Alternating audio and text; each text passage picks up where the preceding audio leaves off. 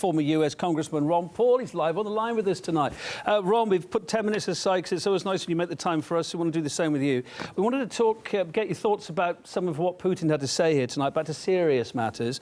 Talking about US-Russia relations, Vladimir Putin's got big worries about America withdrawing from the Intermediate-Range Nuclear Forces Treaty. He said it could put the whole world at risk, basically, maybe a nuclear Armageddon. Is he overstating the worry here or not, as you see it? Well, it should be a worry, but sometimes all countries seem to overstate their positions to make certain points.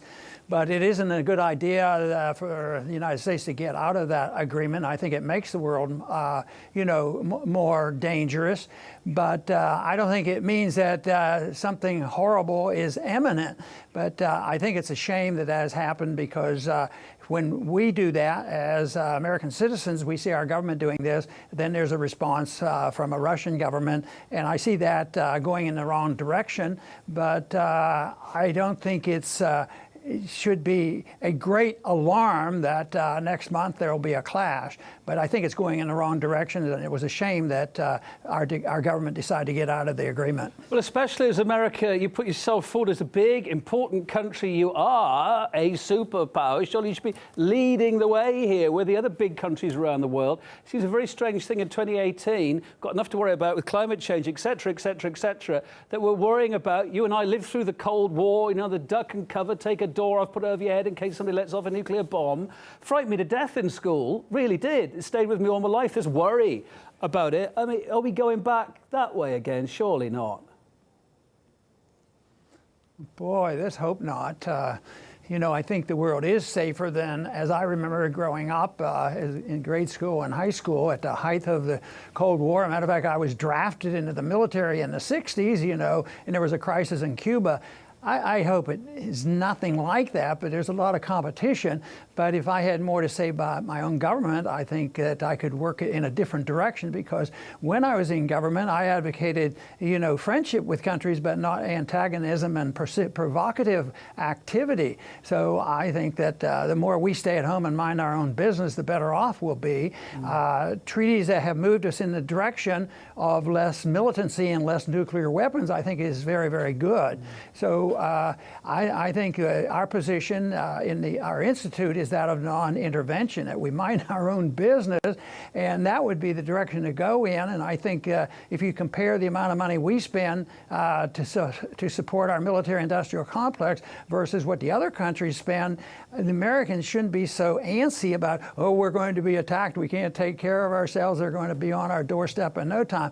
I think a bit of that is unrealistic. I do believe in national defense. It should be strong, but I think good diplomacy is good national defense too. That talking to people, Ronald Reagan was tough, but he was the one that drew up the treaty and got along, or at least had some agreements with Russia that I thought were very good, because we moved away from the confrontation. All right, well, away from the possibility of world Armageddon, let's hope never, as President Putin said today. Let's look at Syria. Trump's now said he's going to pull the troops. They were termed, the majority of them, as advisors, but troops are now being called, out of Syria. Is that a good or bad thing? A lot of people at home where you are saying, oh, it's a bad thing because it's weakening America's position there. It's going to make Russia and Iran stronger. Is that the case? Good or bad, do you see it? No, I think it's very good, because I don't think that we have a moral or a constitutional justification to declare that our national security depends on us having troops and interfering in how this problem in Syria, is settled. All I know is I was in the Congress in 2011 when our president announced that Assad had to go. And if you look at these past 7 years, things have gotten much worse. Now there's an opportunity for moving in the right direction. And Trump, although he has his ups and downs, I think that he has taken a good position. He said he wanted to get out of Syria, and he said it in the campaign. He said that ISIS is not a threat there, and that it's time to come home. And I just want it to be complete. Yes, move the troops out, our couple thousand troops, but I want to make sure that the CIA's out and the special forces are out, and that we don't use sanctions, and that we move in that direction where we just have hands off and deal with diplomacy in getting along with people. But in that philosophy that I just spoke, it also means no foreign aid. Well, our problem is if we dominate and militarize a country, then we finance all that. Then if we convert it into friendship, then we send them millions of dollars because we still own you. So our position as libertarians is no foreign aid either. It's still a bit open-ended, isn't it? Okay, whether he's pulling out of a moral dilemma here, as you're saying, because it's the right thing to do, or whether he's trying to get votes back at home because it was part of his campaign pledge,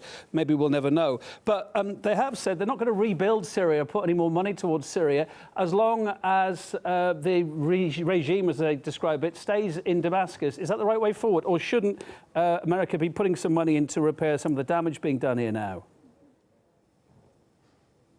You know, that's always a tough question, because morally it seems like we've had some responsibility. We've damaged so many countries with our bombs.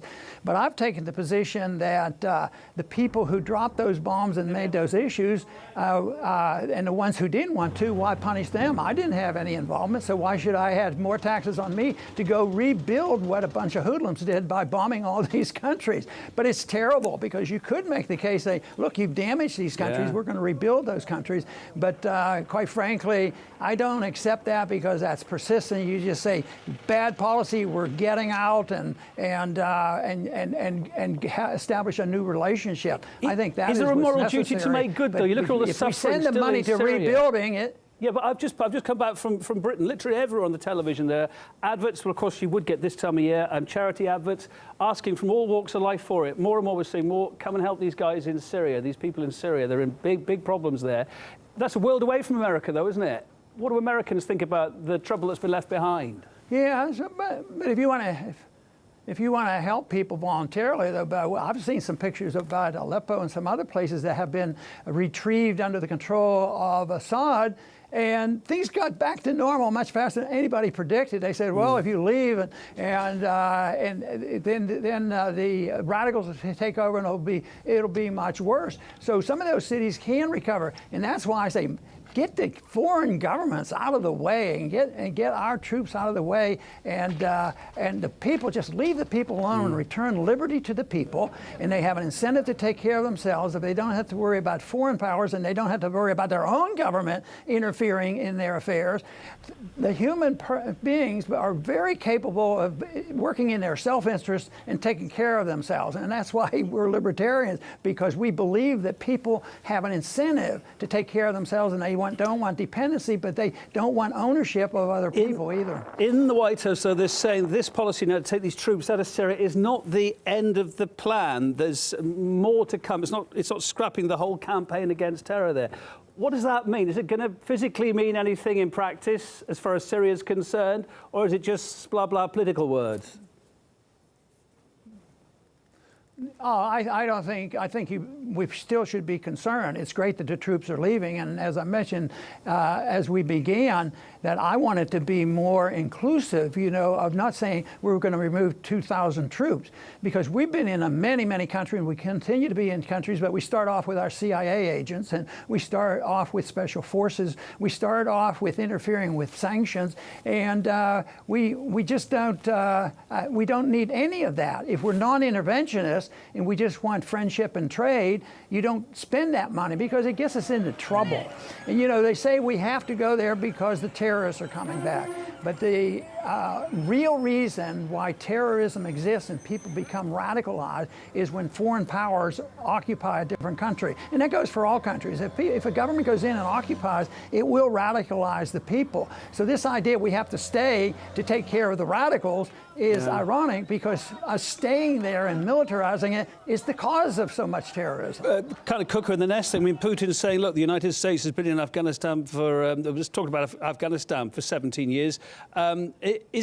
He's worried that, OK, Trump is saying he's going to pull these troops out now, but the same thing's been said about Afghanistan, and actually there's still a big presence there. Is it really going to happen at the end of the day? Are we going to see troops go out of Syria, as they haven't in Afghanistan? That's hard to say, but we need to build up public pressure for it. But he shouldn't worry all that much. Just remember, there was an empire located over there that was in Afghanistan and finally had to leave, and it was a financial reason. So in one way, when I speak here in this country, I talk about, I'm not going to get my way and get the troops to come home, but they're coming home because we can't afford it anymore, and we're reaching that point, and the dollar is, threatened, and our markets are shaky right now, and our president and the current Congress and Republicans and Democrats have no concern about deficits. So we're self-limited. We will come home because we'll go broke. A quick 30 seconds. Last thought: Putin compared sanctions against Russia over the Skripal case, the UK, the Skripal case, to inaction over the Khashoggi case, re Saudi Arabia, re America. Why this disparity there seems to be?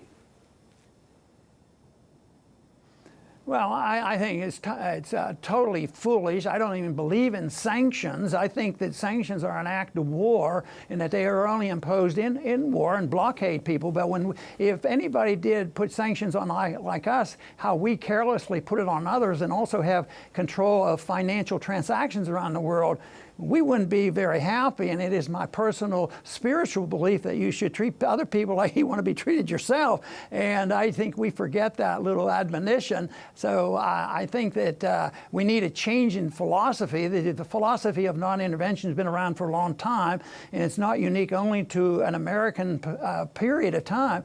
It's been known, and everybody knows a little bit about it, but too often they have exceptions. Yeah, Ron, that sounds okay, but not for Syria. We have to be there. They'll always use these exceptions. But no, I think there should be concern that this is not a clean break like I would like to see, but I think there's a clean change in attitude because those who want the troops there are hysterical about Trump, and they're just using that to build up the hatred toward Trump because he thought he was bold enough to say, I'm bringing those troops out of Syria.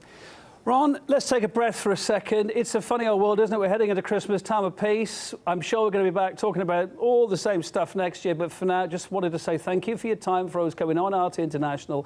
Ron Paul, former congressman, on the line there live from America. Have a good Christmas, sir.